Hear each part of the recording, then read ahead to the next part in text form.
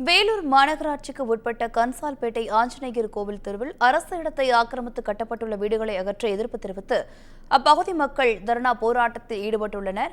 கூடுதல் விவரங்களோடு இணைகிறார் செய்தியாளர் ஜான்சன். வணக்கம் ஜான்சன், அந்த மக்கள் என்ன கோரிக்கைகள் வைத்து இந்த ஆர்ப்பாட்டத்தில் ஈடுபட்டிருக்கிறார்கள்? விவரங்களை வழங்கலாம். வணக்கம்.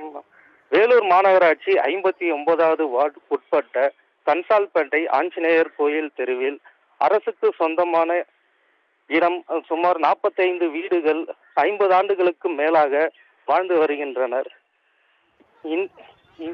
ஆக்கிரமிப்புகளை அகற்ற நீதிமன்றம் உத்தரவிட்டுள்ள நிலையில் அவர்களை காலி செய்யும்படி கடந்த 10ஆம் தேதி மாநகராட்சி தரப்பில் நோட்டீஸ் ஒட்ட வந்தவர்களை எதிர்ப்பு தெரிவித்து திருப்பி அனுப்பினர்.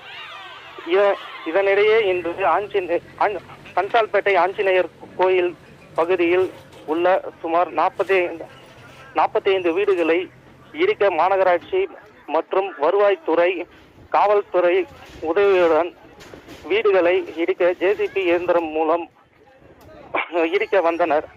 அவர்களை முற்றுகையிட்டு 1 மணி நேரத்திற்கு மேலாக ஜேசிபி முன் அமர்ந்து தர்ணா போராட்டத்தில் ஈடுபட்டனர். மேலும் தங்களது இடத்தை மாற்று இடத்தை வழங்க கோரியும் அதுவரை வீடுகளை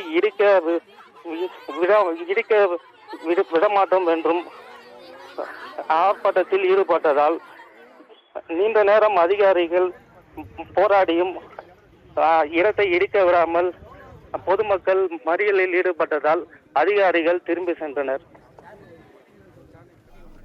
விவரங்களுக்கு நன்றி ஜான்சன்.